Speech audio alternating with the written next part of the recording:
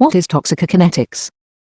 Toxicokinetics is the study of how a toxicant behaves inside a living organism, how it is absorbed, distributed, metabolized, and excreted, Think of it like tracking a chemical from the moment it enters an animal's body to the moment it exits.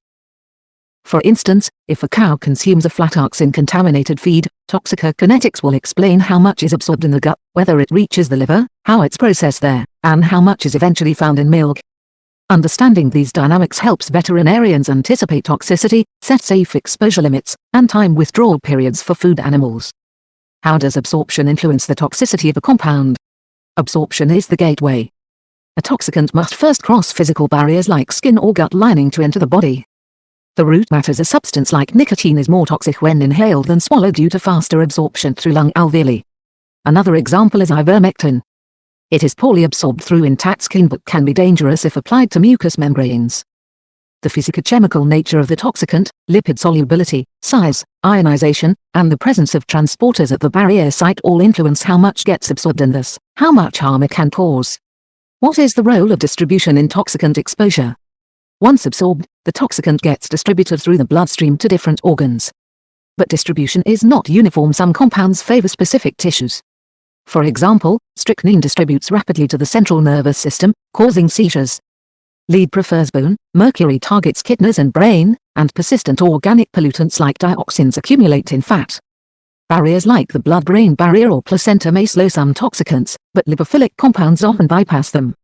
Hence, knowing distribution helps identify which organ will bear the brunt of toxicity. What is biotransformation and why is it important? Biotransformation is the body's chemical processing plant. It converts toxicants into less harmful or more excretable forms, usually in the liver. For example, phenobarbital is hydroxylated in phase I, adding functional groups, and then conjugated with glucuronic acid in phase II, making it water-soluble for urine excretion. But not all transformations detoxify. Paracetamol, acetaminophen, in cats becomes more toxic after metabolism due to limited glucuronidation pathways. That's why species differences in liver enzymes can make or break toxicity outcomes. What does clearance mean in toxicokinetics? Clearance is a measure of how effectively the body can rid itself of a toxicant. Think of it like a detox speedometer. It's the volume of blood cleared per unit time.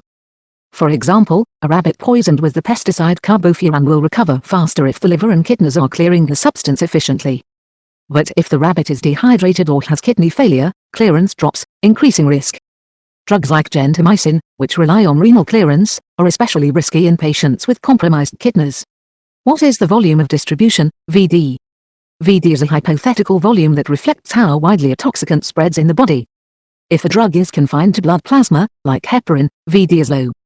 If it seeps into fat, muscle, or bone, like DDT or tetracyclines, VD is high. For example, digoxin, used to treat heart failure, has a large VD because it binds tightly to tissues, meaning blood concentrations don't reflect how much is actually in the body. This concept helps in deciding dosing and interpreting blood levels in toxicity cases. What is half-life, in the context of toxicokinetics? The half-life is the time it takes for the concentration of a toxicant in plasma to drop by half. A longer half-life means longer duration in the body and higher potential for accumulation. For instance, arsenic has a long half-life in keratin-rich tissues like hooves and hair, which is why chronic exposure leaves traces in those areas. Meanwhile, ammonia has a very short half-life due to rapid hepatic metabolism. Half-life affects how often we dose drugs and how long after exposure we need to monitor an animal. What is bioavailability and why does it matter in toxicity?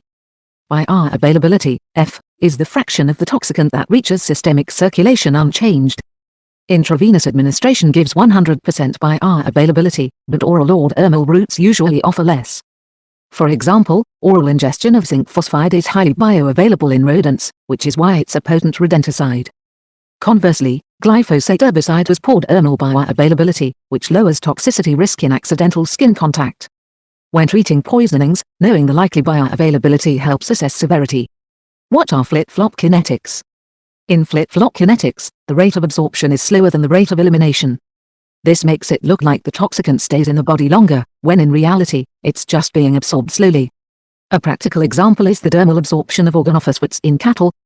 Though the elimination is fast, slow skin penetration delays peak plasma levels, making it tricky to time antidote administration. This flip in kinetics must be understood when planning both diagnosis and therapy. Why is understanding residue and withdrawal time critical in veterinary toxicology? Residues are traces of drugs or toxicants left in animal products like meat, milk, or eggs. Withdrawal time is the mandatory period after exposure before these products can be safely consumed. For instance, sulfonamides in poultry must meet regulatory maximum residue limits, MRLs, before eggs are sold. Failure to observe withdrawal times can lead to consumer exposure, allergic reactions, or antimicrobial resistance. Thus, understanding kinetics helps protect both animal health and public safety.